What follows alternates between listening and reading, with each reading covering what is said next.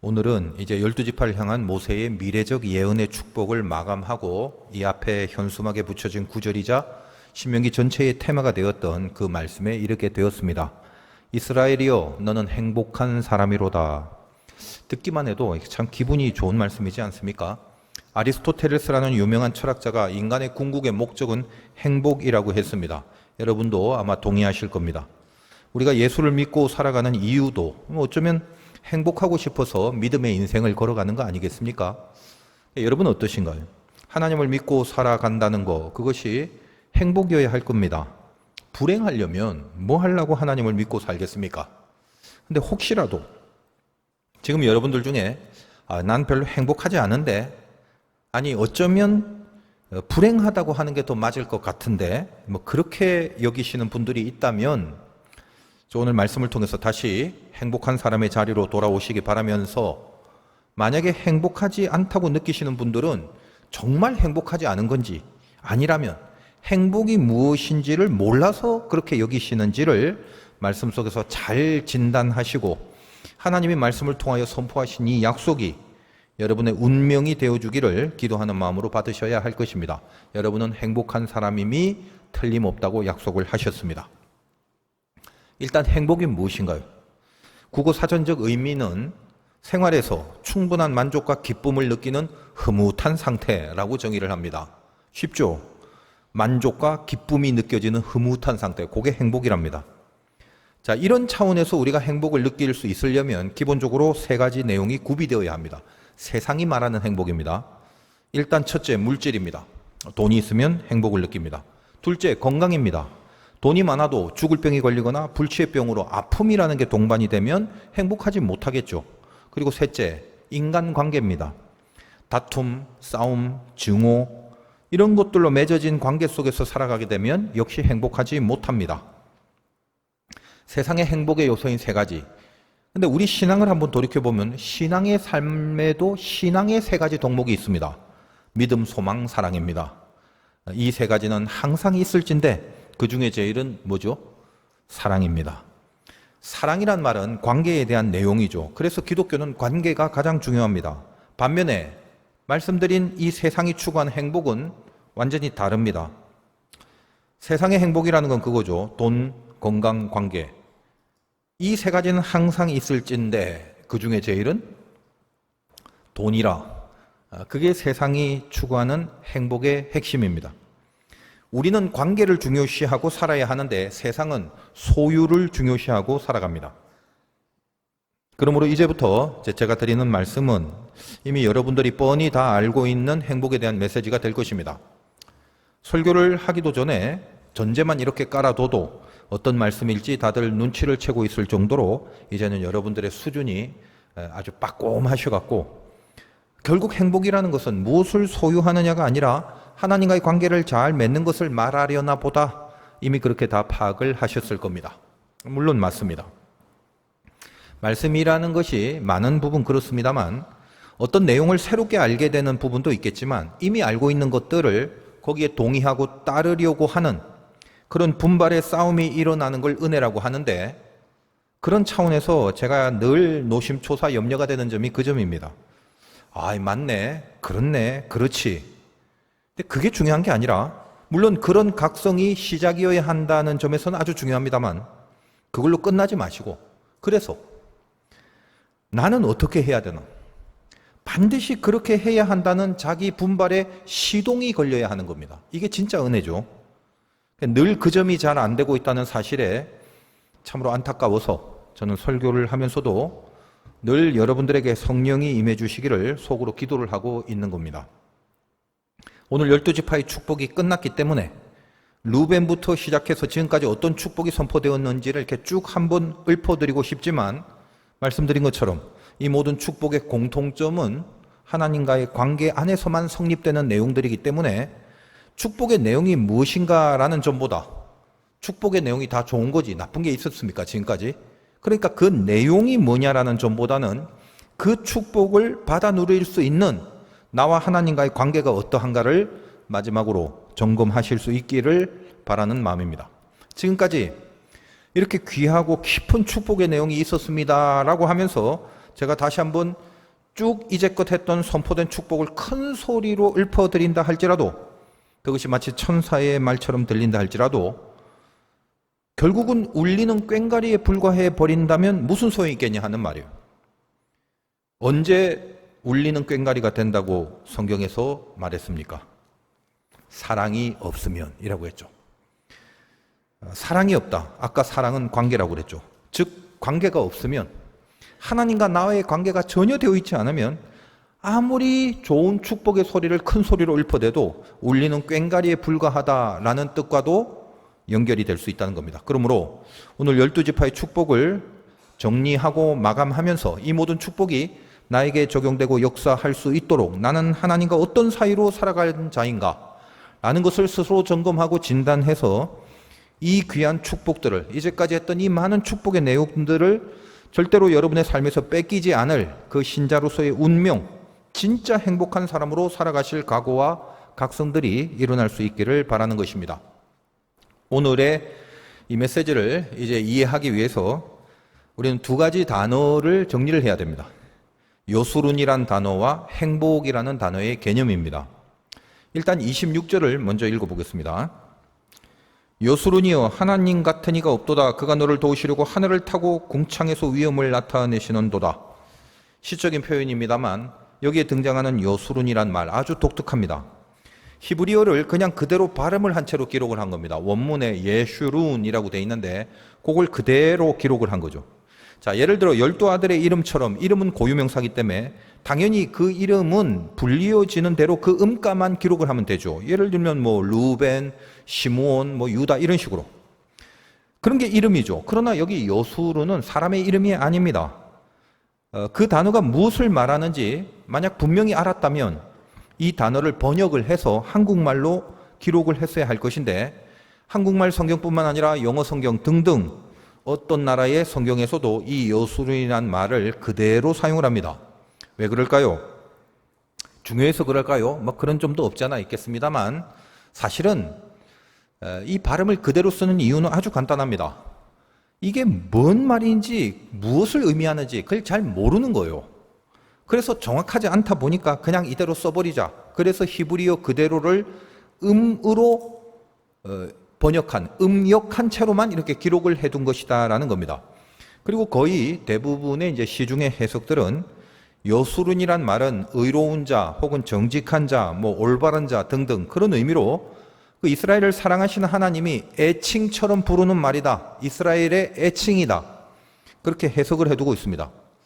가끔 전문적인 신학자들이 히브리적 언어를 배경으로 여러모로 이제 분석을 하기도 했지만 영적인 해석이기보다는 언어학적인 분석과 언어학적인 연구를 많이 하기도 했지만 의견만 그냥 다양하고 통상 그저 하나님이 자신의 사랑하는 백성을 애정을 담아서 부르는 말이다라고 그렇게만 설명을 한다는 겁니다.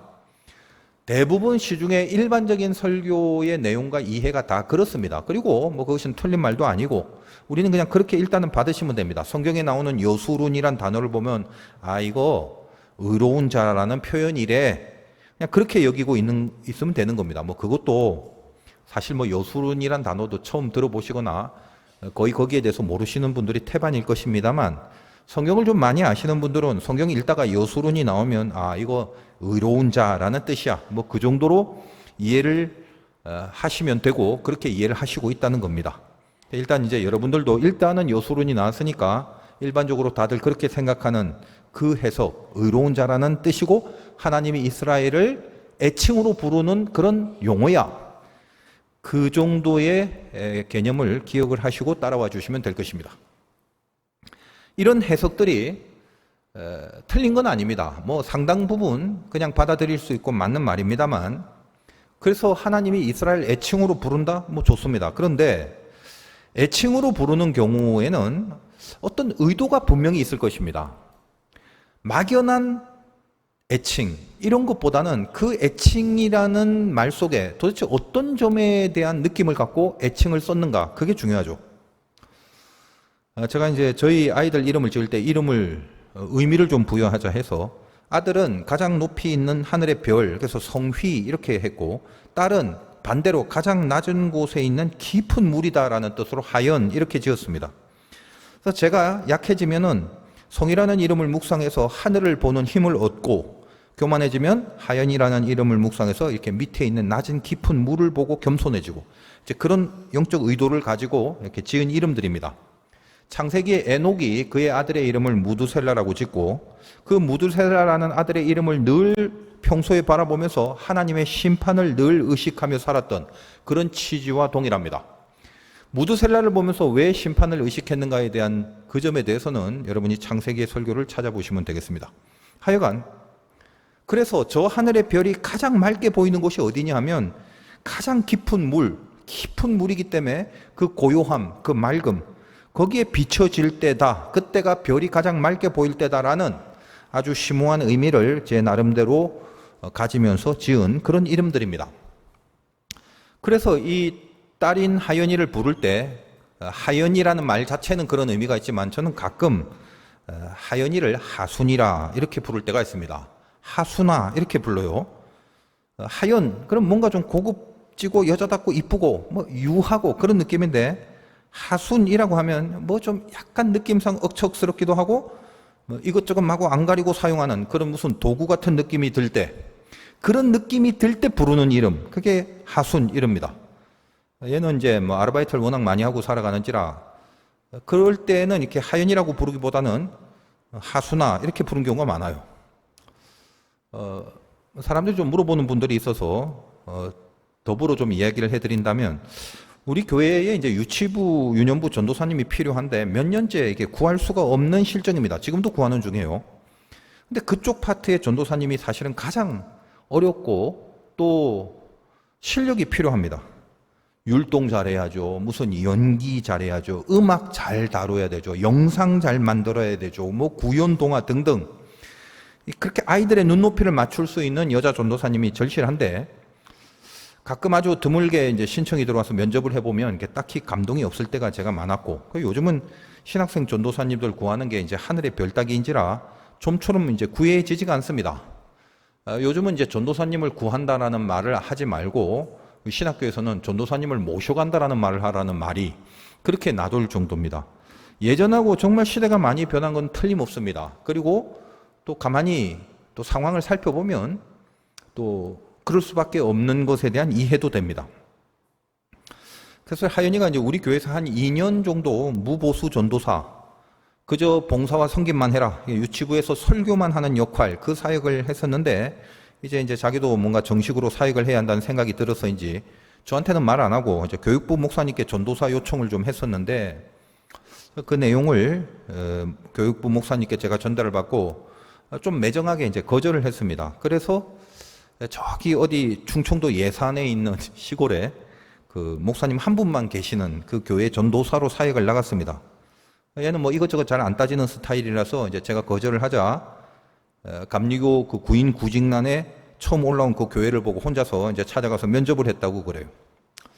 얼핏 생각을 해도 뭐 여러 가지 상황이 좀 힘들 수도 있을 것 같은데 하여간 거기 이제 목사님이 보자마자 뭐 좋다고 채용을 했다고 하는데 뭐 좋다고 채용을 하죠. 시골에 가는 전도사님들이 거의 없기 때문에 사람도 모자라고 또 목사님 혼자서 그 시골 교회지만 혼자서 목회를 할 수는 없지 않겠습니까? 그래서 벌써 지금 한 몇 달 정도 간지 한 몇 달 된 것 같아요. 요즘은 이제 시골엔 거의 전도사님들 안 가니까 얘는 이제 아이들 좋아하는 기질이 있어서 뭐 잘하는 거는 모르겠지만 아무튼 뭐 열심히 재밌게 하고 있을 거라는 생각이 듭니다. 저는 계속 속으로 그래요. 개인적으로는 그렇습니다. 다들 안 가는 시골 교회에 그래도 뭐 가서 귀한 사역을 하는구나 이렇게 제가 생각을 하고 있습니다. 가끔 이제 물으시는 분들이 있어서 덧붙여 말씀을 드렸습니다. 그래서 요즘은 거의 대부분 제가 무슨 문자를 보내거나 얘기를 할 때 하순 전도사님 이렇게 부릅니다. 제가 하순 전도사님 이렇게 부를 때는 뭐 곱고 이쁘고 뭐 세련되고 뭐 여성스러운 까탈스러움이 있고 그런 정서가 전혀 아닌 경우 그냥 막 굴러다니는 그런 느낌의 경우에 그런 느낌상으로 부르는 애칭입니다. 이해를 하시겠죠? 애칭이라도 그 애칭을 쓸 때에 심정적 정서와 의도가 있다는 겁니다. 그 의도를 알아야 이 여수론이 애칭이라고 하는 그 부분에서 우리에게 주시려는 메시지가 분명해지는 거거든요. 여수론이란 말은 성경에서 총 4번밖에 안 나옵니다. 그 중에 3번이 신명기에 나오고 1번이 이사야에 나옵니다. 가까운 곳에서부터 본다면 오늘 26절에 한 번 나왔고, 두 번째는 이 12지파의 축복이 시작되는 33장 5절에 나옵니다. 찾아서 보겠습니다. 앞장이죠. 33장 5절. 여수론에 왕이 있었으니 곧 백성의 수령이 모이고 이스라엘 모든 지파가 함께한 때로다. 이제 12지파의 축복을 내리기 바로 직전 그 시작할 때에 여수론 이렇게 불렀습니다. 그리고 세 번째는 그 앞에 또 앞장에 신명기 32장 15절에 나옵니다. 32장 15절. 그런데 여수론이 기름짐에 발로 찼도다. 네가 살찌고 비대하고 윤택함에 자기를 지으신 하나님을 버리고 자기를 구원하신 반석을 업신여겼도다. 모세의 노래 속에 등장합니다. 이 3번이 신명기에 나오고 나머지 한 번은 이사야 44장인데 그쪽으로 가겠습니다. 이사야 44장 1절에서 3절까지의 말씀을 제가 읽어드립니다. 못 찾으시는 분은 그냥 들으시기만 해도 됩니다. 이사야 44장 1절부터 보겠습니다. 나의 종 야곱 내가 택한 이스라엘아 이제 들으라. 너를 만들고 너를 모태에서부터 지어낸 너를 도와줄 여호와가 이같이 말하노라. 나의 종 야곱 내가 택한 여수로나 두려워하지 말라. 나는 목마른 자에게 물을 주며 마른 땅에 시내가 흐르게 하며 나의 영을 네 자손에게 나의 복을 네 후손에게 부어주리니. 이 정도로만 읽어보겠습니다. 이 4번의 경우 등장하는 여수론, 우리는 일반적으로 여수론이란 말이 나오면 보통 사람들이 그렇게 보듯이 의로운 자 이렇게 하나님이 자신의 백성을 애칭으로 불렀다 정도만 알고 계시라고 그랬죠. 그래서 그 4번의 경우를 지금 문장에서 나오는 그대로 이 내용과 본문 하나하나를 자세하게 설명하자면 너무 시간이 많이 걸립니다. 그래서 핵심만 전해드릴 건데, 아까 말씀드린 것 같이 애칭에는 의도라는 게 있다고 그랬습니다. 단지 하나님의 애정을 담아서 의로운 자들아 그렇게 막연하게 부르는 게 아닙니다. 만약에 그렇게 단순히 애정을 담은 표현으로 부른 거라면 우리 상식에 불렀을 때 애정을 담아서 불렀다? 그러면 그렇게 불러놓고 이어지는 내용들은 무엇이 돼야 되냐 하면 뭔가 좀 아름답고 좋고 사랑이 듬뿍 담긴 그런 내용이어야 하지 않습니까? 근데 방금 찾아 읽은 성경에 등장하는 이 4번의 경우가 각기 다릅니다. 같은 여수론이란 말로 불렀는데도 불구하고 좋은 내용도 있고 나쁜 내용도 있다는 겁니다. 일단 방금 읽은 이사야서에서 사용한 여수론은 좋은 느낌의 여수론입니다. 애칭으로 불러서 좋은 얘기를 합니다. 확인하신 것처럼 너를 만들고 너를 짓고 너를 도와줄 사람, 그분이 누구냐? 하나님이신데 바로 너를 도와줄 하나님이 이렇게 말한다라고 하시면서 도우시는 하나님에 대한 내용을 기록하고 있습니다. 그것이 방금 살펴본 이사야에서 여수론이라 불러놓고 연결되는 내용들이었습니다. 그런데 아까로 넘어가서 신명기 32장 15절에 보면 여수론이 기름짐에 발로 찼도다. 하나님을 버리고 자기를 구원하신 반석을 업신여겼도다. 그렇게 기억을 하고 있습니다. 그러니까 여수론이란 애칭을 동일하게 불러놓고 연결해서 나올 내용이 뭡니까? 아주 불신앙적인 겁니다. 그리고 그 부분은 제가 신명기 설교 때 발로 차이신 하나님이란 제목으로 설교를 했었습니다. 그 의로운 자인 여수론이 발로 하나님을 찼대요. 그러니까 그렇게 불러놓고 연결되는 내용이 맞지가 않은 거죠. 그리고 나서 33장 5절에 가면 이제 12지파를 향한 축복이 시작되는 그 부분에 여수론에 왕이 있었으니 라는 표현으로 나옵니다. 전에 그 부분을 설교할 때는 제가 말씀을 드리지 않았는데 오늘은 잠깐 설명을 드리겠습니다. 33장 5절 12지파의 축복을 시작하는 그 즈음에 여수론이라고 부른 그 여수론의 표현이 왕이 있었으니라는 즉 시제의 과거를 사용해서 이 표현을 합니다. 왕이 있었으니라는 표현은 물론 이스라엘의 왕은 언제나 하나님이었다라는 말을 강조하는 겁니다. 과거 시제 맞습니다. 옛날에 왕이 있었다. 옛날의 왕, 하나님이 이스라엘의 왕일 수밖에 없는데 옛날부터 이스라엘의 왕은 하나님이었다라는 말을 강조하는 거다 이 말이에요. 과거로부터 언제나 변함없이 이스라엘의 왕은 하나님이었고 하나님이어야만 한다는 뉘앙스를 주는 겁니다. 그런데 이런 표현들, 특별히 이렇게 과거 시제로 쓴 것은 성경만이 갖고 있는 어떤 예언적인 진단을 계시해 주는 그런 신비한 기법의 표현들입니다. 우리가 요즘 이제 금요일 기도회에 사무엘서를 다루고 있는데 이스라엘이 왕을 세우려는 그 시즌 아닙니까? 사울 왕을 초대로 하여. 그때 어떻습니까? 아주 복잡하고 어려운 일들이 많이 등장했고, 그리고 왕이 세워진 이후에 이스라엘의 모든 열왕기서의 역사 중에 하나님 앞에 제대로 세워진 왕이 거의 많지 않았습니다. 그래서 신명기 33장 5절에 이 표현이 뭘 말하는가 하면, 이스라엘은 원래 과거로부터 하나님이 왕이어야 했는데 그래야 여수론인데 나중에 인간이 왕이 되는 불신앙의 역사가 있을 것이라는 것을 은연중에 계시하고 있는 표현이 되는 겁니다. 굉장히 깊은 내용의 표현이죠. 여수론의 왕이 있었다라는 과거 시제를 표현해서, 근데 앞으로 사울왕 이후에 왕정시대로 들어가면 하나님이 왕이 아니라 인간이 왕이 되는 그런 불신앙의 역사가 있을 것을 은연중에 계시하고 있는 표현이더라는 것입니다. 그리고 이제 오늘 등장하는 여수론은 다시 하나님이 도우시고 행복하게 해주시는 그런 느낌으로의 여수론을 부르고 있는 것입니다. 그러니까 같은 여수론 등장하는 4번 중에 2번은 긍정적인, 2번은 뭔가 부정적인 그 내용이 엇갈리고 있다는 사실을 발견할 수가 있는 거죠. 똑같이 여수론이라고 부르지만 부를 때마다 뉘앙스가 다르다는 겁니다.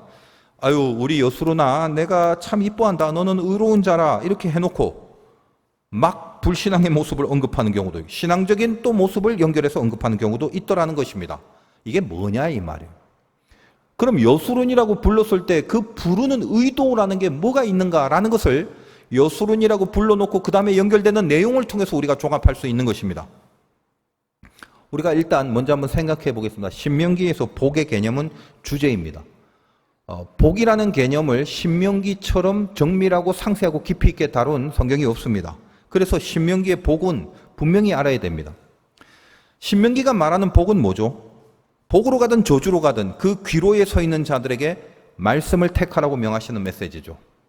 제가 신명기를 처음 설교할 때도 나름 비장한 각오로 설교를 했습니다. 벌써 2년 전의 일인데,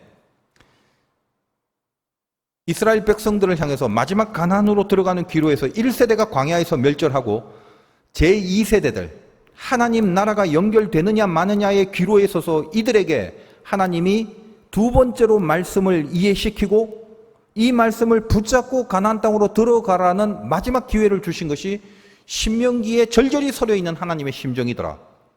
우리는 그 신명기를 지금까지 다루어 왔습니다. 그러니까 복으로 가든지 저주로 가든지 너희들은 그 귀로에서 말씀을 선택하는 사람으로 있어야 된다라는 명령을 하는 겁니다.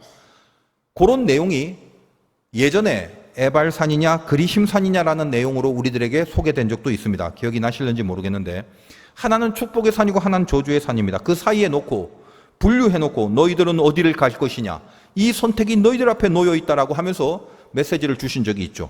말씀을 따르느냐 말씀을 거역하느냐, 그것이 너희들의 운명을 가른다라고 말씀을 하시는 겁니다.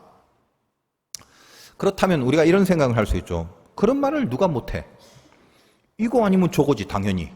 그러니까 이쪽을 택하면 이쪽으로 가고 저쪽을 택하면 저쪽을 택한다고 할 건데 그게 뭐 그렇게 특별한 게 있나? 하나님이 우리를 다루시면서 이거나 저거나 둘 중에 선택하라라고 얘기한다면 누구라도 그렇게 말할 수는 있는 거 아니냐? 혹시 그렇게 생각하는 분들이 있으실 수도 있는데, 지금 제가 무슨 말씀을 드리느냐 하면 잘 이해를 하시기 바랍니다. 그 생각을 고치셔야 한다는 겁니다. 일단 우리에게 기회가 있다라는 것은 그냥 단순한 선택의 귀로에 우리가 놓여 있다, 이 정도의 차원이 아닙니다. 그렇게 여기면 안 되고요. 우리는 원래 선택 자체가 불가능한 존재라는 걸 잊으시면 안 된다는 거예요. 일로 가면 좋은 거, 절로 가면 나쁜 거, 어느 거 선택할래가 아니라 그 전에 그 좋은 것마저도, 아니 나쁜 것마저도 이거냐 저거냐에 관계없이 우리는 선택할 수 있는 기회조차 없는 사람이고 선택의 여지조차 우리에겐 해당이 안 되는 존재라는 사실을 잊으시면 안 된다는 겁니다. 뭔데 그러면? 가능성이 없어요. 우리는 항상 우리의 모든 시작의 출발점이 거기입니다. 선택 자체가 불가능한 존재. 우리는 운명적으로 복의 자리로 갈 수 없는 사람이라는 걸 전제로 하셔야 된다는 거예요. 그걸 잊어버리지 말라고 다른 설교에서도 제가 수없이 말씀을 드린 기억이 납니다. 우리는 하나님 앞에서 경배해야 될 원래의 복인 바라크, 그 복을 받았습니다. 원래는 그 원래의 복의 자리를 어떻게 했죠? 죄로 인해서 우리가 이탈을 해버렸습니다. 그것을 타락이라고 그럽니다. 그래서 이제 죄인된 우리에게 그 복이라는 건 절대로 있을 수가 없습니다. 하나님과 우리가 같이 있을 수 없는 상태가 돼버린 거죠. 그런데 예수 그리스도로 인하여 그 원래의 바라크의 자리로 우리를 이끌어 주시는 길을 주님이 열어주셨습니다. 유일한 길. 내가 곧 그 길이요, 그 진리요, 그 생명이다라고 말씀하시면서 하나님이 친히 우리에게 그 길을 허락해 주셨습니다. 여기야, 여기. 딱 이 길, 이리로 와라. 내가 곧 길이다. 똑바로 이 길로 가라. 바라크를 향하여 똑바로 가라. 바로 그 복. 똑바로 가는 바로 그 복이 지금 죄인된 우리의 실존을 향해서 제시되고 있는 아쉐르의 복이라고 말씀을 드렸습니다. 기억이 나시죠? 아쉐르는 똑바로 가다라는 뜻이고, 그래서 성경은 아쉐르를 복으로 번역을 합니다. 아쉐르란 말이 나오면 다 복으로 좀 번역을 했으면 좋겠다라는 바람을 갖고 있지만, 그렇게 모조리 다 번역을 아쉐르를 복으로 하진 않는다. 그래서 안타깝다라고도 말씀을 드렸습니다. 성경이 말하고자 하는 개념은 바로 그런 것이다라는 거예요.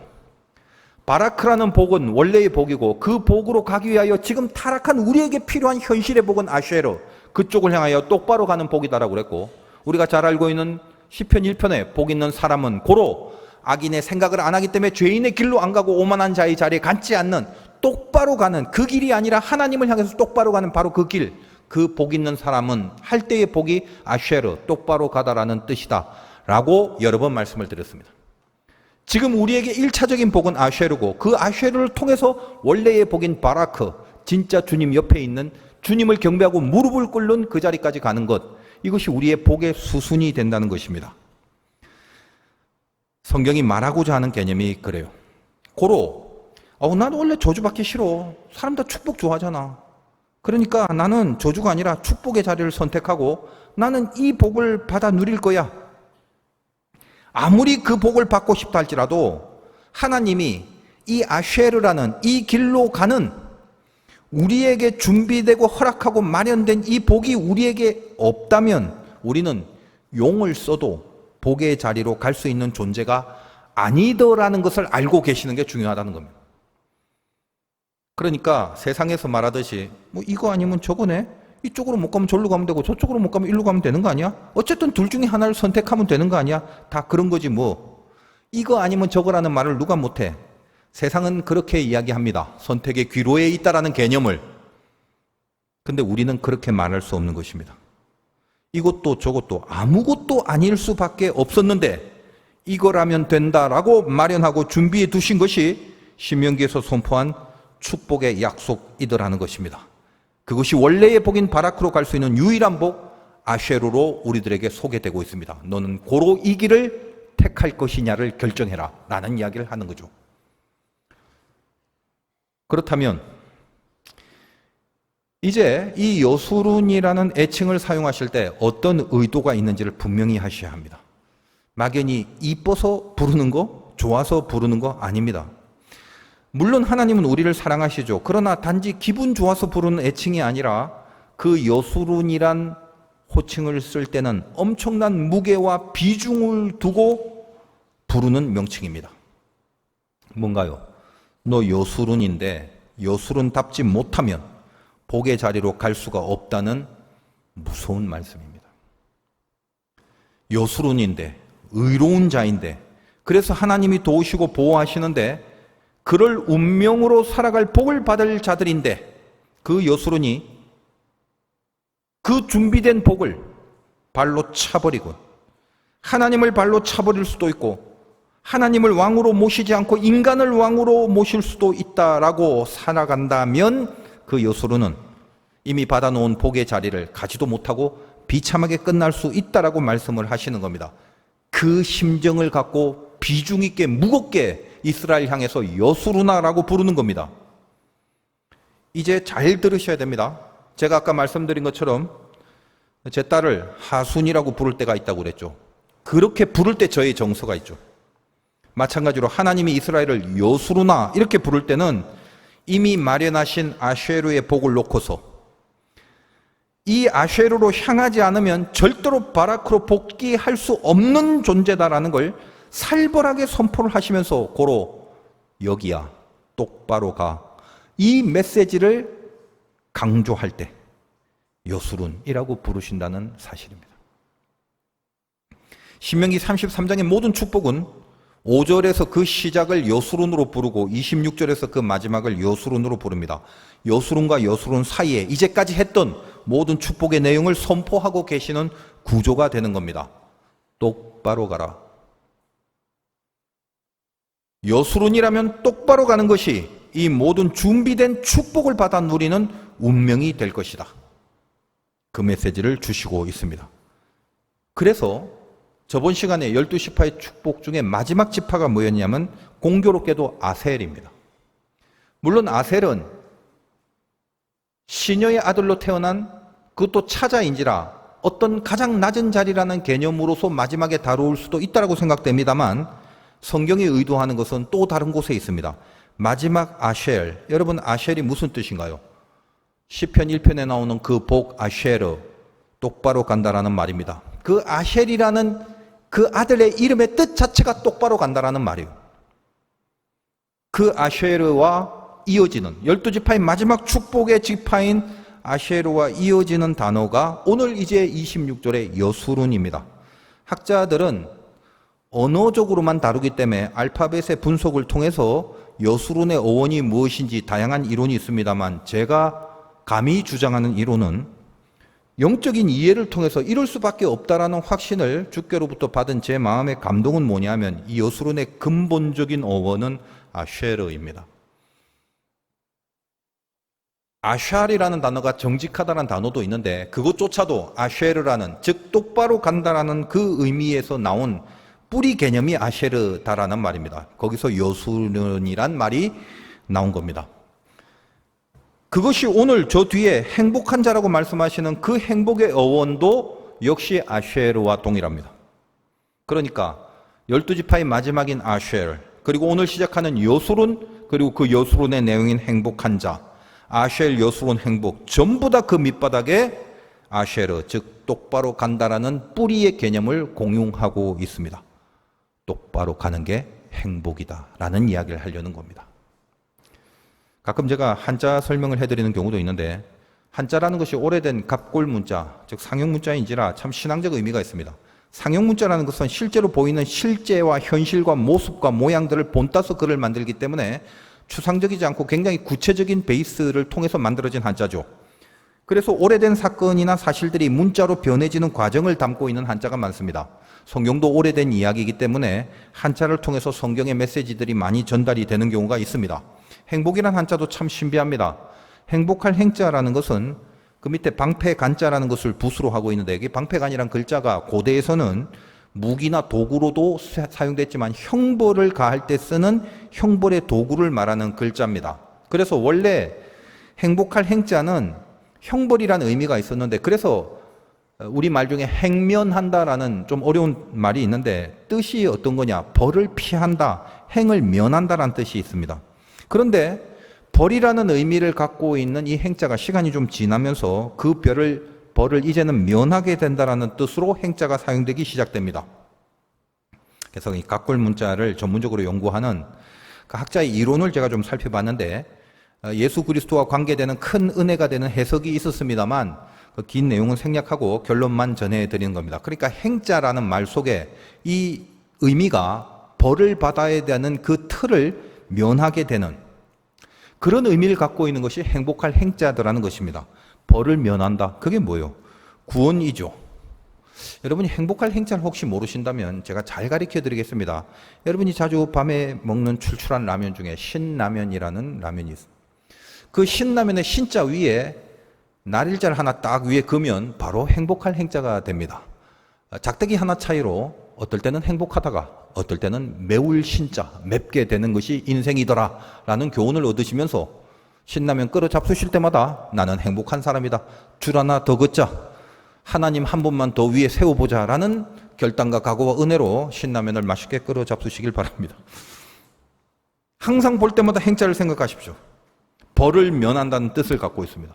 그리고 그 옆에 복이라는 말, 이 복복자는 옆에 보일시 부수가 있는데 보일시는 신을 의미하는 것입니다. 그리고 옆에 작대기 하나, 그리고 입구자, 입구는 사람을 말하는 거 밑에 밭전자가 있는 것입니다. 굳이 저의 개인적인 해석입니다만 하나님 옆에서 사람이 밭에 있는 것, 일하는 것, 사는 것을 말하는 거죠. 고로 행복할 복자라는 것은 뭐 복자가 항아리를 닮았다는 여러 가지 가설도 있습니다만 제가 신앙 안에서 제 나름대로 해석한 것은 그런 겁니다. 하나님 옆에서 한 사람이, 하나님 옆에 있는 사람이 하나님과 같이 사는 것, 밭에 있는 것, 그게 복입니다. 행복의 한자적 의미는 고로 합치면 받아야 될 형벌을 면하여 다시 하나님 옆에서 하나님과 같이 살게 되는 것, 그게 행복이다라는 말이죠. 그렇다면 오늘 본문에 실려져 있는 우리를 향한 하나님의 심정이 드디어 이 모든 설교를 듣고 난 여러분들에게는 심정적으로 읽혀질 때 이해가 되실 것입니다. 우리를 하나님의 복의 자리로 다시 끌고 가기 위하여 우리들에게 유일한 아쉐르가 가능하도록 허락해 주신 단 하나의 조건, 주님이 이 땅에 오셔서 우리의 길이 되시고 우리를 이끄시는 통로가 되셔서 하나님께로 끌어가는 구세주가 되셨다는 그 복음, 그 예수 그리스도의 구속사, 이것이 우리에게는 아쉐르를 통하여 바라크로 가는 유일한 구원의 길이 되었지 않습니까?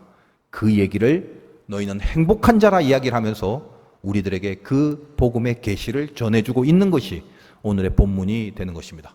이 이해를 갖고 한번 살펴보도록 하겠습니다. 제가 이 안에 담겨져 있는 영적 해석을 통해서 조금 다시 풀어서 읽어드리도록 하겠습니다. 26절 다시 한번 보십시오. 요수론이요 하나님 같은 이가 없도다. 요수론은 아쉐를 근본적인 어원으로 삼는다고 말씀을 드렸죠. 요수론아 똑바로 가라. 그가 너를 도우시려고 하늘을 타고 궁창에서 위엄을 나타내시는도다. 네가 복의 길을 가게 하기 위해서 나 예수 그리스도가 곧 길과 진리가 돼서 너희에게로 왔다. 내가 어디 있었냐면 하늘에 있었는데 너를 도우러 하나님이 하늘을 타고 궁창에서 위엄을 나타내셨다. 그 하늘과 궁창에 있다가 27절 영원하신 하나님이 네 초소가 되시니 우리는 이 땅에 살기 때문에 하나님이 초소가 됐다는 건 이 땅으로 내려와셨다는 말이에요. 그의 영원하신 팔이 네 아래에 있도다. 밑으로 내려오셨다라는 말씀을 하기 위해서 그 팔이 내 아래에 있다. 밑에서 나를 잡아주신다는 말이죠. 그가 네 앞에서 대적을 쫓으시며 멸하라 하시더라. 위에 계신 하나님이 밑으로 오셨습니다. 우리의 초소가 되어주시고 그의 팔은 우리 밑에 있습니다. 저 하늘에서 우리에게 아쉐르의 복을 주시려고 우리에게 내려와서 나를 지금 밑에서부터 그 길을 가게끔 붙들어 주신다는 겁니다. 그리고 내가 마땅히 가야 될 그 복의 길을 가지 못하게 하는 악한 대적들과 사탄과 죄의 세력들을 쫓아내고 멸하시고 우리에게 오셨다라는 얘기를 하는 겁니다. 28절 이스라엘이 안전히 거하며 야곱의 샘은 곡식과 새 포도주의 땅에 홀로 있나니 곧 그의 하늘이 이슬을 내리는 곳에로다. 여기서 주목해야 될 단어는 홀로 있나니라는 것입니다. 이 땅에서 살아가는 우리들입니다. 그러나 우리는 세상과 섞여 있지 않고 홀로 있다는 겁니다. 왜 홀로 있을까요? 우리가 가야 될 곳은 저 세상이 추구하는 것이 아니라 아쉐르, 하나님의 복의 자리로 가야 되는 구별된 자리 안에, 구별된 길 안에 우리가 있어야 되기 때문입니다. 그렇지만 구별되어 있지만, 그래서 홀로 있는 것 같지만 그 위에 하늘이 열리고 하루하루 필요한 이슬과 같은 은혜들이 그 구별된 그 홀로 있는 자리에 내리게 해 주신다는 말입니다. 우리 신명기를 통해서 이슬의 은혜에 대해서 한번 제가 설명을 해드린 적이 있죠. 알게 모르게 매일매일 그 하나님의 은혜가 홀로 구별된 그 자리에 계속적으로 내리게 해 주신다라는 거예요. 그 말은 결국 홀로 있는 인생이 아니라 주님이 내 옆에서 매일매일 은혜로 나를 보살펴 주시고 이끄시는 삶이라는 거죠. 고로 그런 너희가 어떤 사람인 줄 아냐? 29절 드디어 이스라엘이여 너는 행복한 사람이로다. 여호와의 구원을 너같이 얻은 백성이 누구냐? 그는 너를 돕는 방패시오 네 영광의 칼이시로다. 네 대적이 내게 복종하리니 네가 그들의 높은 곳을 밟으리로다. 너희는 그래서 행복한 사람이라는 겁니다. 너희 같은 구원을 받은 자가 어디 있느냐 이 말입니다. 여기에 방패와 칼이 나오는 이유가 뭐죠? 방패와 칼을 갖고 계시는 주님이 우리의 구원을 이루어내기 위하여 아쉐르의 그 복의 길을 방해하는 대적과 사탄을 그 칼과 방패로 복종을 시켜버린다는 말입니다. 그래서 우리로 하여금 결국 뭐죠? 네가 그들의 높은 곳을 밟는다. 대적의 높은 곳, 사탄의 높은 곳이 어디예요? 머리죠. 우리는 창세기에서 원시 복음이라는 것을 알고 있습니다. 사단의 머리를 높은 곳을 밟으리로다. 모든 죄의 세력과 사망의 권세와 사단의 권세를 밟고 승리를 하는 그 장면을 묘사하고 있습니다. 이것이 우리에게 허락된 아셀의 약속이고 이 복을 마지막으로 우리들에게 여수론이라고 부르면서 허락하시고 보장해 주시는 하나님의 깊은 사랑의 마음을 마감하며 우리들에게 소개하고 있는 내용이 되는 것입니다.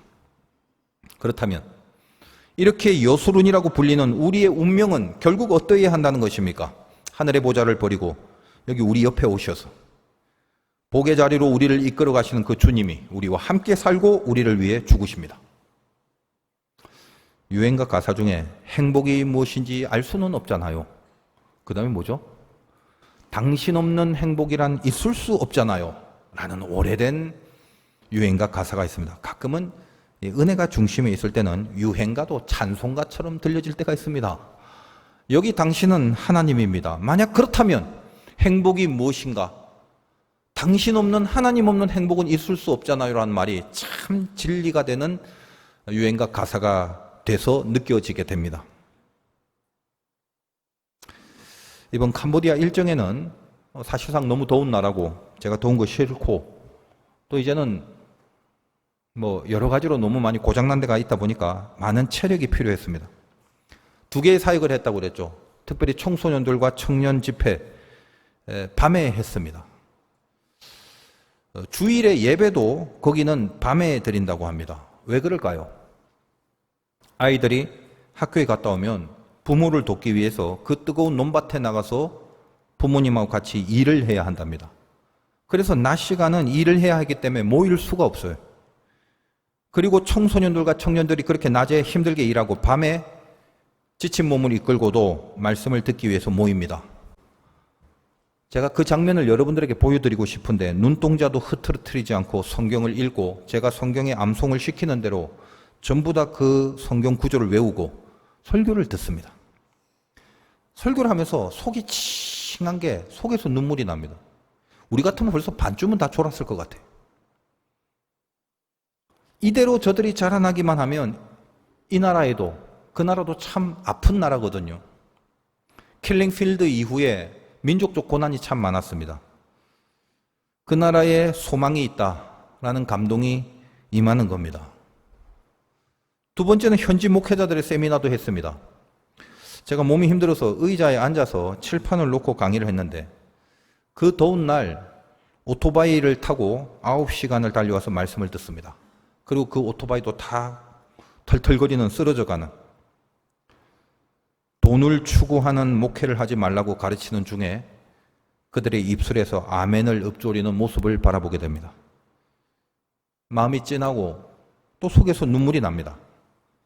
제가 힘들어서 어쩔 수 없이 앉아서 강의는 했지만 앉아서 강의하는 제가 너무 죄송스럽게 느껴지기도 했습니다. 그런가 하면 반면에 한국 어떤 기독교 방송 중에 그곳에 한국 선교사들을 취재하고 알리고 그렇게 방송하는 프로그램들에 대해서 제가 알게 되고 듣게 되고 보게 됐습니다. 전혀 그곳에서 사역을 한 번도 하지 않았는데도 불구하고 방송에 나오기 위해서 마치 그곳에서 평생을 사역하는 것처럼 조작되고 거짓된 사역의 모습을 찍어서 방영한다는 사실들도 알게 됐습니다. 후원을 받으려고 돈이 되는 사역에 눈이 멀어서 선교가 아니라 돈을 버는 사업을 경영하는 많은 한국 선교사들에 대해서 제가 깊은 분노를 느낄 수밖에 없었습니다. 이렇게 말씀드리면 좀 너무하지 않습니까? 다 그런 건 아니겠죠. 보석과 같은 정말 귀한 종들이 분명히 있습니다. 그런데 제 생각보다 훨씬 많은 부분 이런 모습들이 만연함을 직접 제가 듣고 보고 알고 나서 마음이 참 괴로웠습니다. 하나님이 진작부터 여수론이라고 불러준 이 나라가 어쩌다가 이 모양이 되었는지, 어쩌다가 악한 영향만 끼치게 되는 그런 교회의 기독교가 되었는지 점점 그 증상은 심해지기만 합니다. 그 현지인들 중에 실력이 있거나 언어가 되는, 특별히 언어가 가능한 친구들을 돈으로 매수를 해서 성경적 진리가 아닌 엄한 기복신앙 같은 것을 주입시키고, 그러다 보니 그들마저도 결국은 이단에게 뺏겨버리는 한심한 일들이 벌어지고 있음을 보게 됩니다. 제가 이 시즌에, 아무튼 코로나 이후 탄핵 정부에 접어드는 이 모든 시즌에 이 한국을 향해서 쌓여왔던 모든 불신앙과 교회와 지도자들과 교인들의 그 삶에 제가 깊은 회의감을 느끼고, 저 혼자 잘났다는 건 아닙니다. 저도 포함하여 그렇게 힘들어하는 나날들이 굉장히 많았는데, 이번엔 특별히 제 몸은 많이 힘들었어도 제 영혼이 치유가 되는 그런 은혜를 받았습니다. 힘들지 않냐라고 그렇게 물어보는 걱정 어린 질문들 앞에서 감사하고 행복하다라고 말하는 저들의 그 눈망울 앞에서 거룩한 구별됨이라는 것을 느끼고 왔습니다. 저들의 저 순수한 영혼이 제발 때묻지 않고 이상한 사람 좀 만나지 말고 그냥 보존될 수 있기를 그야말로 간절히 기도해 주고 그렇게 왔습니다. 요즘은 외국에 나가서 힘들고 가난한 나라에 가야 더 큰 은혜를 체험하게 되는 그런 경험을 제가 하게 됩니다. 그리고 오랜만에 캄보디아에 있는 선교사님과 많은 이야기를 했습니다. 많은 말 끝에 자기가 너무 외롭다고 말을 해요. 나이 들어서 뭐가 외롭냐? 라고 물었더니 분명히 아닌 것 같은데 나만 그렇게 여기는 게 혹시 저들과 다른 교만이 아닐까 하는 생각도 들었다는 겁니다. 그래서 제가 말했어요. 난 옛날부터 그랬다.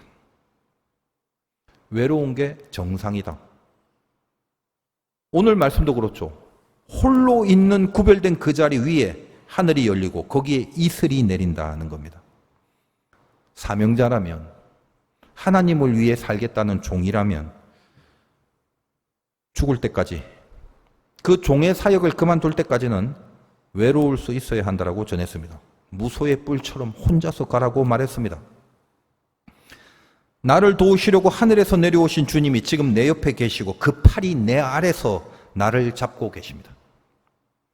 주님이 함께 하시기에 외롭지 않습니다. 고로 그건 외로운 게 아니라 구별됨일 뿐입니다. 이번에 특히 그 선교사님에게 많은 힘이 되었던 시간인 것 같습니다.